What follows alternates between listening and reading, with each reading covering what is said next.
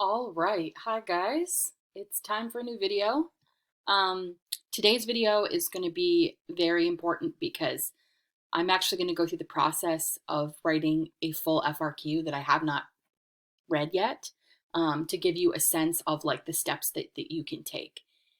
This is a good review for the rhetorical analysis.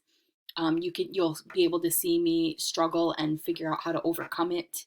And then instead of handwriting my my essay, what I'm going to do is I'm going to type it up so that you can actually see it.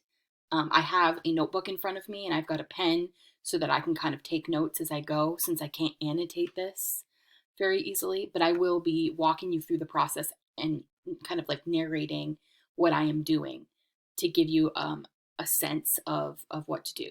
Once you watch this video, maybe even a couple of times, because it's probably going to be a long one, I would encourage you to practice writing an FRQ. It could be any prompt, it just needs to be the rhetorical analysis because that will be the AP question. So we want to focus all our attention on that. You can always go on Quizlet and you can review the vocabulary words that I put there. That was like an exhaustive list of all of the AP vocabulary that I tested you on. But use your gut. When you're reading something, oftentimes, even if you don't know the terminology, you are able to describe it. Consider your resources. Consider using pasta if you need to work through a whole prompt and it's particularly difficult. But if you're not struggling, then just annotate the prompt as best as you can with what you know. Okay, so let's start. I'm taking obviously longer than 40 minutes because I am writing it and kind of commenting on what I'm doing, so it's going to slow me down. But this should be a good review and practice for you. All right, so this is question 2. Suggested time 40 minutes. You're going to have 45 minutes, 40 minutes to write, and then 5 minutes to submit your essay through the College Board. And I've heard rumblings that they're going to have a practice site where you'll be able to practice uploading your FRQ so that you'll be able to make sure that you can get it done in those 5 minutes. But you have 40 minutes to write, just like you would normally have. Prior to the mid-19th century, individuals who could not pay their debts were commonly sent to debtors' prisons. In the following excerpt from debtors' prisons too, author Samuel Johnson, from 1709 to 1784, responds to comments made about a letter he had sent to a British lawmaker. Read the passage carefully. Then, in a well-written essay, analyze the rhetorical strategies Johnson uses to argue his position on debtors' prisons. Support your analysis with specific references to the text. Okay, so when I annotate the prompt or I think about what I'm looking for, I'm thinking about two things. I need to be able to articulate Johnson's position on debtors' prisons. So I'm putting a note on my paper that says, what is Johnson's position on debtors' prisons?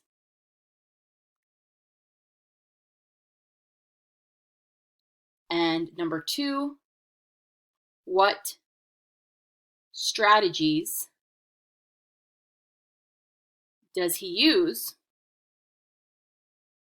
to demonstrate this?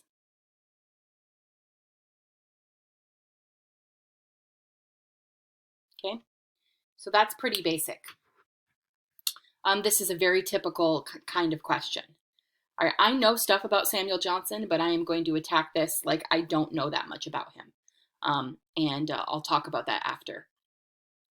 Normally, I would be splitting this up into maybe 3 sections so that I make sure that I am attacking the prompt in the first third, the second third, and the final third, so I'm not relying too much on any one section.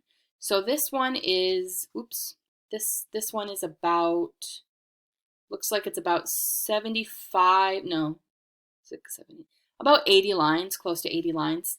So I think I'll stop I'll stop at the end of 35, and then I'll stop maybe at the end of 60.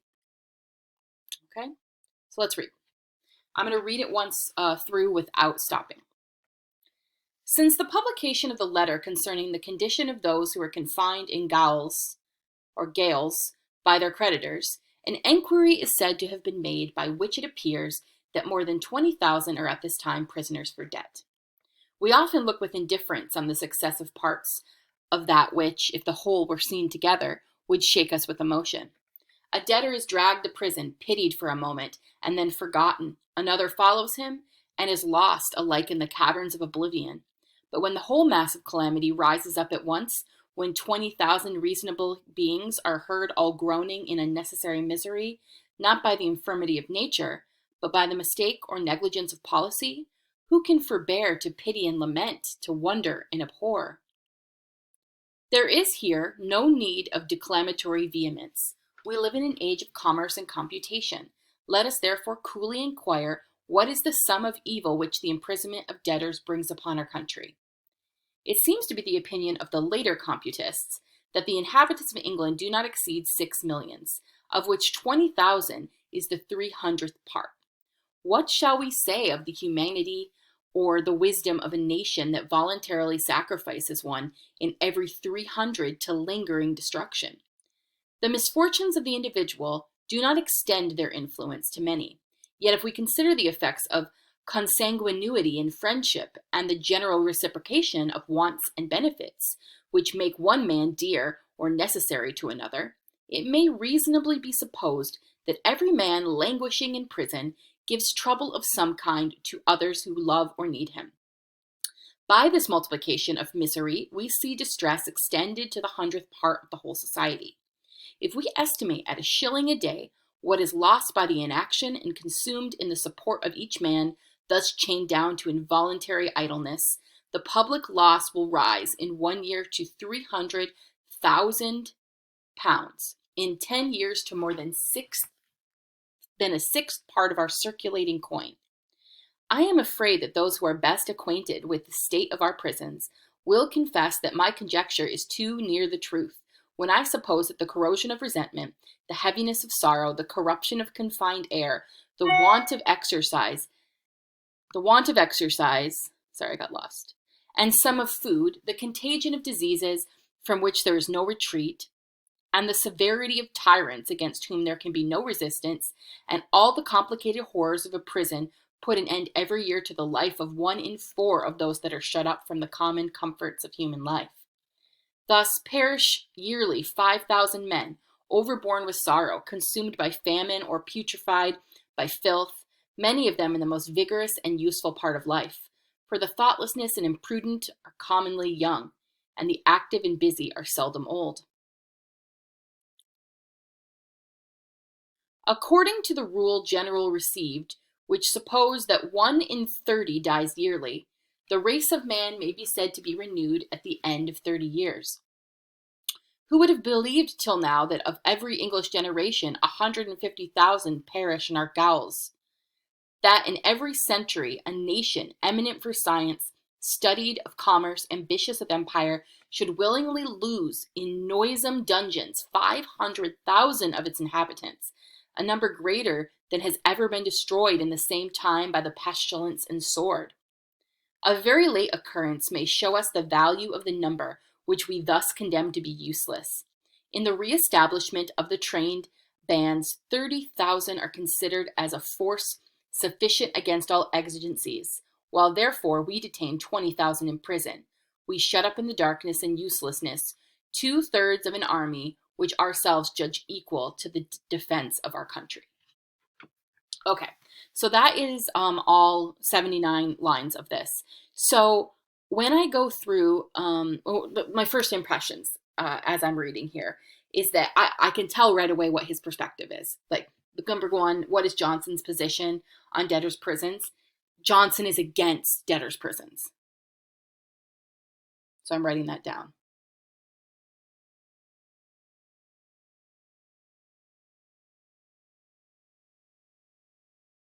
Now, I don't want to end there. I have a why here. So Johnson is against debtors' prisons because. So from what I can gather, Johnson is against debtors' prisons because he sees it as a um, complete waste of human life and the potential for their society. So I'm going to write some version of that on my paper. Johnson is against debtor's prison because he argues that it is inhumane and wasteful to their society. And when I write this out, when I'm actually writing out my FRQ, I may find that that I reword this a little bit differently, but I'm just getting my thoughts down on paper. All right. And then we're going to go through this strategy. So I'm going to read it again, but this time I'm going to stop at each section and identify what I'm seeing. How is it that he is getting his point across? Generally speaking, Samuel Johnson is very he's very sarcastic, but he does not seem to have that sarcasm here. He's more indignant. He's more angry at the foolishness of the government. So let's look at the first section. So I'm going to actually stop at the end of line 21, where it says country. Since the publication of the letter concerning the condition of those who are confined in gaols, so in prisons, by their creditors, an enquiry is said to have been made by which it appears that more than 20,000 are at this time prisoners of debt. We often look with indifference on the successive parts that which in the whole were seen together, which shake us with emotion. A debtor is dragged to prison, pitied for a moment, and then forgotten. Another follows him and is lost alike in the caverns of oblivion. But when the whole mass of calamity rises up at once, when 20,000 reasonable beings are heard all groaning in unnecessary misery, not by the infirmity of nature, but by the mistake or negligence of policy, who can forbear to pity and lament, to wonder and abhor? There is no need of declamatory vehemence. We live in an age of commerce and computation. Let us therefore coolly inquire what is the sum of evil which the imprisonment of debtors brings upon our country. All right. So in this section, he presents the problem. He says that that there are 20,000 people in debtors' prisons because of poor policy. And he argues that basically he's responding to this publication of this previous letter, but he says, I'm not going to do what others have done and go through a declamatory vehemence, is what he says on line 17. But instead, we're going to coolly look at the numbers, the actual data here, and he's going to prove that it's just bad logic and it's bad policy that this is happening. So I summarize that. Now I want to identify strategies I see him using. I will say, despite the fact that he wants to coolly inquire, he does use quite a bit of pathos in this, and that pathos is derived from his emotional word choice. So examples of this could be a debtor is dragged to prison, pitied for a moment, and then forgotten. Another follows him. This is on line 10. Another follows him and is lost alike in the caverns of oblivion. I mean, that's pretty poetic, the caverns of oblivion. But when the whole mass of calamity rises up at once, when 20,000 reasonable beings are heard all groaning in unnecessary misery, not by the infirmity of nature, but by the mistake of negligence of policy, who can forbear to pity and lament, to wonder and abhor? Okay, so we see pathos. I also see sentence structures that repeat. So I'm just going to put repetitive sentence structure.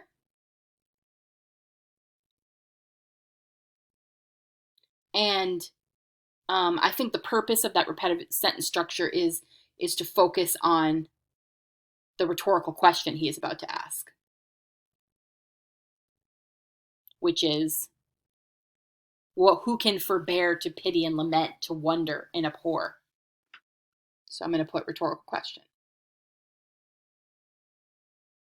So just in this first section, I've identified pathos, repetitive structure, sentence structure. You could also call this syntax, and rhetorical question, right? So let's continue to the next section. There is here no need of declamatory vehemence. Oh, sorry, we read that already. Here.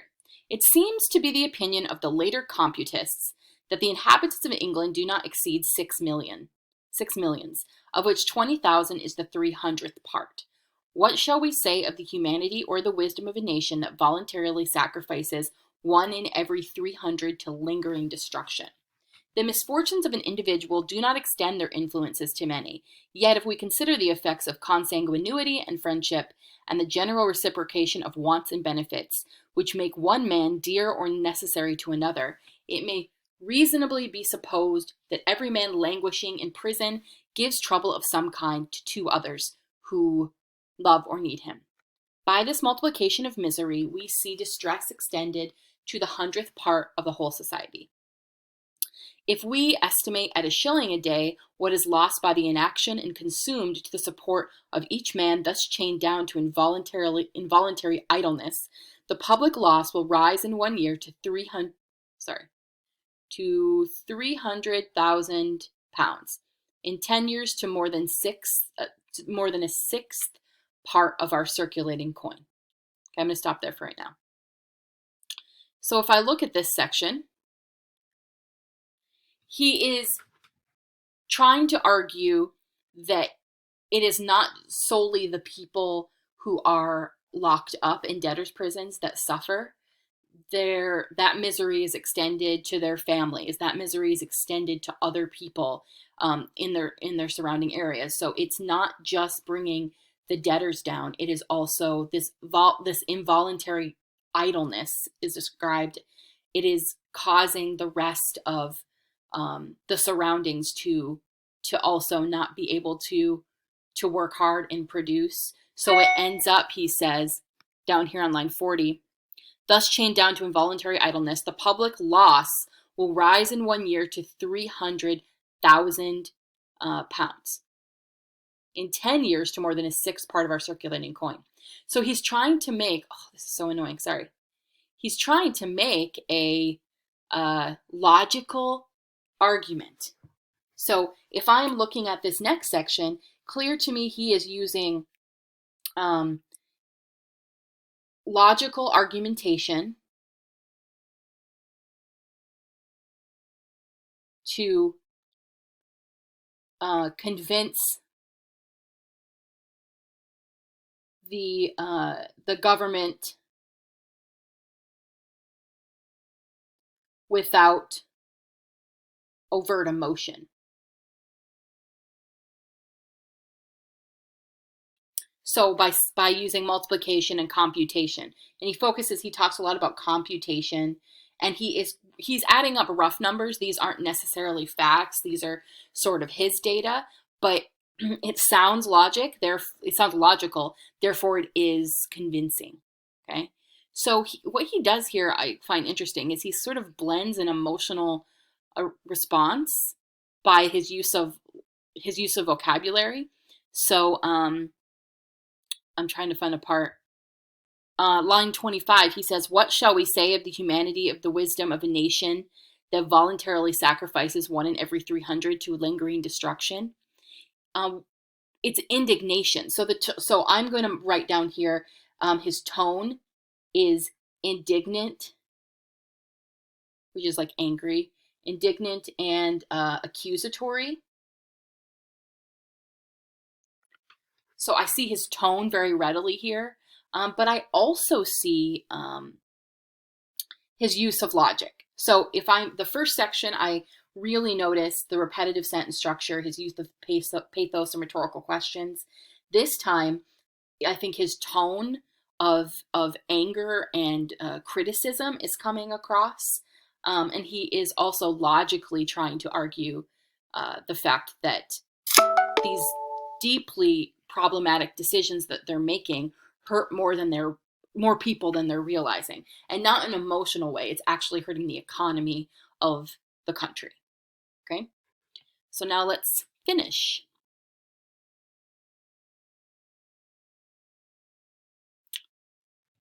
I'm afraid that those who are best acquainted with the state of our prisons will confess that my conjecture is too near the truth when I suppose that the corrosion of resentment, the heaviness of sorrow, the corruption of confined air, the want of exercise, and sometimes of food, the contagion of diseases from which there is no retreat, and the severity of tyrants against whom there can be no resistance, and all the complicated horrors of a prison, put an end every year to the life of 1 in 4 of those that are shut up from the common comforts of human life. Thus, perish yearly 5,000 men, overborne with sorrow, consumed by famine, or putrefied by filth, many of them in the most vigorous and useful parts of life. For the thoughtless and imprudent are commonly young, and the active and busy are seldom old. All right, I want to stop here just because he gets more emotional here. His tone doesn't shift, it's still the same, but he is using parallel structure a lot to elicit a response, to elicit an emotional response, really. And the way he does that starts on line 46 when he says, when I suppose that the corrosion of resentment, the heaviness of sorrow, the corruption of confined air, the want of exercise and sometimes of food, the contagion of diseases from which there's no retreat. He's using vocabulary like contagion, heaviness, resentment, tyrants, resistance, complicated, as a way to make this problem seem as big as possible and as inhumane as possible. And he does that through that repetitive sentence structure. And right here, it's parallelism. It's the same length of segmented lines that really draw attention to the inhumanity of it all. And then he even does it further when he talks about on line 56, overborne with sorrow, consumed by famine, putrefied by filth. And then he makes it's a logical fallacy in which he says, it's a logical fallacy, but it would ring true, and I think it would be very persuasive to an audience, where he says that it ends up imprisoning the people most vigorous and useful in society, the young people, because those who are not locked up are typically old, or sorry, those who are not locked up are particularly, they're old, and they wouldn't be able to give back to the society in the way that those who are locked up can. All right, last section. According to the rule generally received, which supposed that 1 in 30 dies yearly, the race of man may be said to be renewed at the end of 30 years. Who would have believed till now that of every English generation, 150,000 perish in our gallows? There is in every century a nation eminent for science, studious of commerce, ambitious of empire, should willingly lose in noisome dungeons 500,000 of its inhabitants, a number greater than has ever been destroyed in the same time by the pestilence and sword. A very late occurrence may show us the value of the number which we thus contemn to be useless. In the re-establishment of the trained bands, 30,000 are considered as a force sufficient against all exigencies. While therefore we detain 20,000 in prison, we shut up in darkness and uselessness 2/3 of an army which ourselves judge equal to the defense of our country. All right, the last little bit here is him continuing to argue that this is a problem, but he's saying in our own national defense it's a problem. Because we allow, on line 65, 150,000 to perish at the gallows, you are causing a situation in which you're not only imprisoning people who maybe don't deserve it, you're also making the military, the army, it says down on line 77 or 78, not be able to defend the country. Okay, so in this section, he brings it to focus around national defense.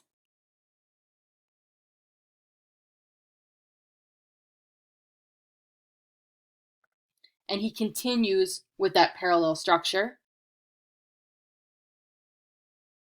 and that tone of indignation. Okay, I'm gonna do a quick pasta just to make sure I've covered most of what I needed to. Okay, so his purpose. I know that Samuel Johnson's purpose here is to convince the government to, I think he fundamentally get rid of the debtors' prisons, but at the very least to make some drastic changes to it.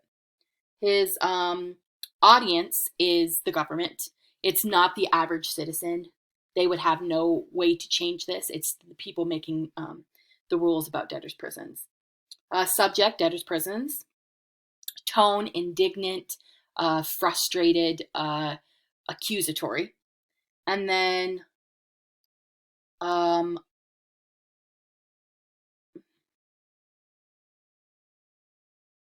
authorial bias. He has quite a bias here. He's biased against debtors' prisons.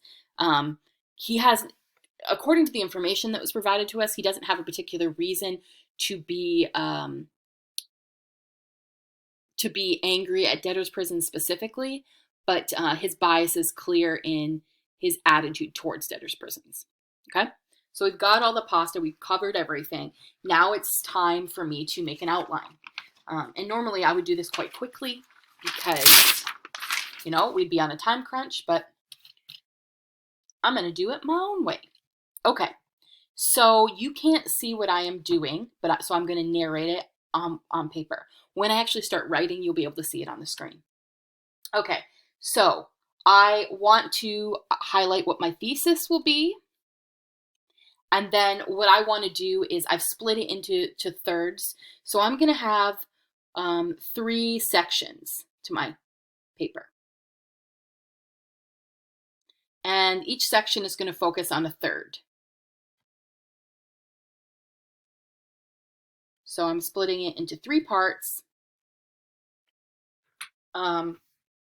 so that I am balanced in my analysis. We've talked before how we need to work chronologically through the text. You don't want to jump all around. You want to start with how it begins and work your way through, because you're discussing how throughout the passage he uses rhetorical strategies to support an argument. Okay, so my thesis is, in a letter, right, it's a letter. I'm going to say it's a letter. In a letter written as a response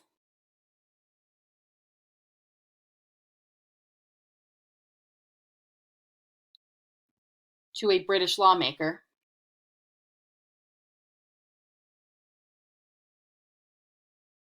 Samuel Johnson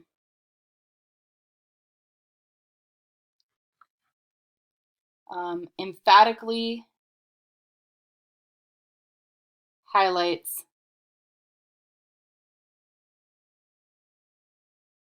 his desire for debtors' prisons to close and the emotional and logical reasons why they are damaging. Okay, I'm going to read it one more time. In a letter written as a response to British lawmakers, Samuel Johnson emphatically highlights his desires for debtors' prisons to close and the emotional and logical reasons why they are damaging. I've touched on obviously the full author, the context for the response, and I mentioned something that highlights what I'm going to talk about without listing out a roadmap of devices, which you can do. It's just, it sounds more, sounds a little more sophisticated and a little more advanced when you kind of highlight rather than just lay out your devices. So I said the emotional and logical reasons why they're damaging. So that gives the reader a sense that I'm going to be talking about pathos and logos. Okay, so my first section, if I look back at my notes that I had written, I said that he discusses pathos, repetitive, and he uses repetitive sentence structure and rhetorical question. But that's not what I want to put in my point here. I know that I need a topic sentence, so I want to discuss what is generally being argued in that first section. So I may want to argue, if I'm looking back at it, I'm going to put Johnson first presents a argument which he will attack logically.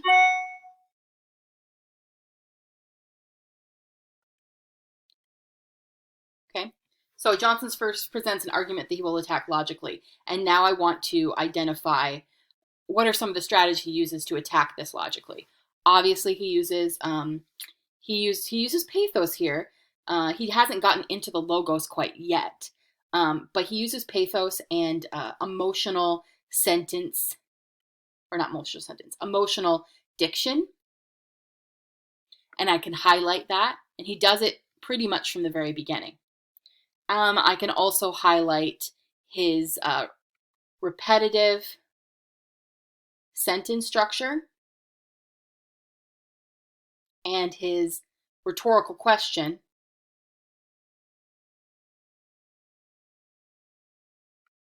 as a way to support the emotional appeal that he's making. Rhetorical questions are effective because you don't have to receive an answer to know what the answer should be. Okay, so my first point is that Johnson is presenting the argument in a logical way, or he's trying to present it. He says he's going to present it in a logical way, but then he, to kind of shame or draw in the reader, he uses pathos, emotional diction, and rhetorical question. Okay, so that would be my first section.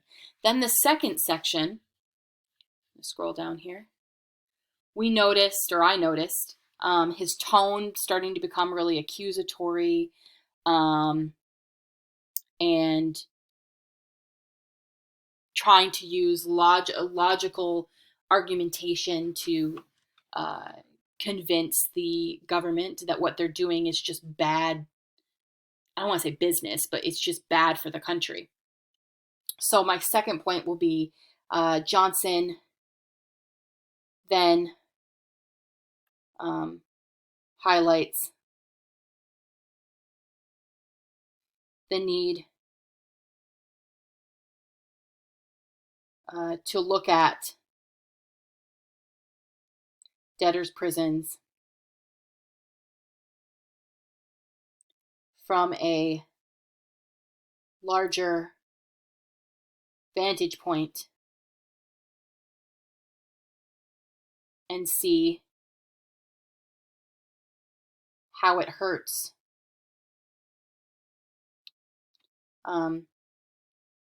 the entire population. Okay, and then my point might be, or this is where I could bring in his indignant tone matched with his logical appeal. So he's indignant and he's accusatory, but he also uses parallel structure to elicit an emotional response. But he's trying to stay logical. He does use numbers here. He does have some rough calculations, but his language, his tone, and his diction are emotionally, I want to say manipulative. Like he's trying to bring these two ideas together, or these two functions together, pathos and logos. Okay, so I'm going to talk about parallel structure and tone. And then my last point, honestly, I could probably just split this into 2 points, because in the last section, he goes into talking about the government and the defense of the country. But I'm not going to. I am going to split this into a third part. And I'm going to say Johnson ends his comments by I'm just looking at the rating. Hold on.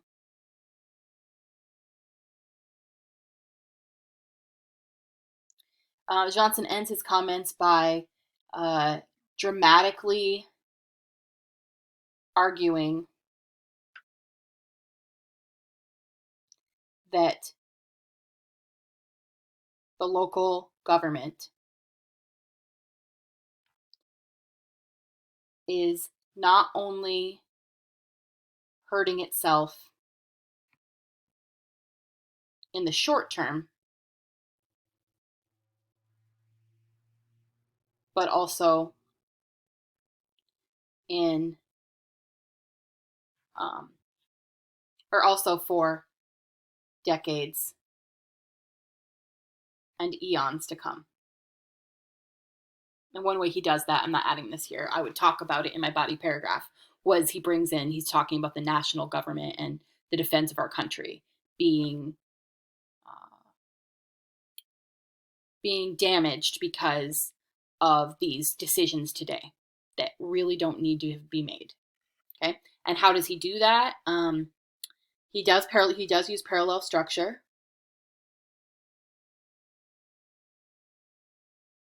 He uses let's see, is there anything new he does here?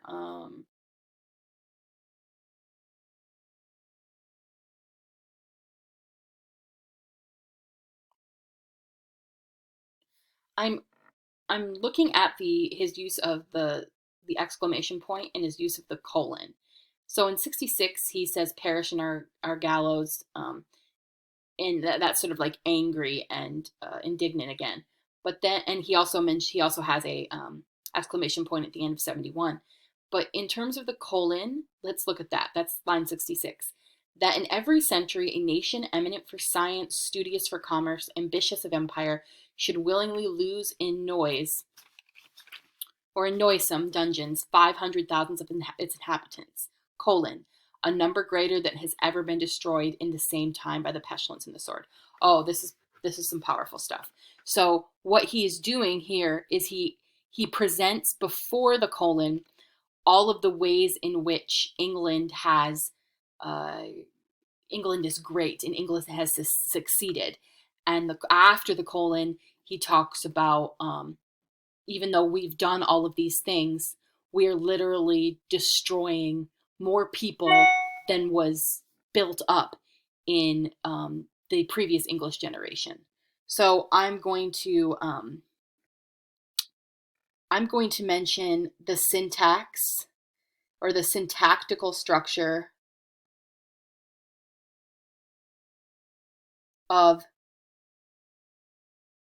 the exclamatory statement. So those are statements with exclamation points and colon. Okay.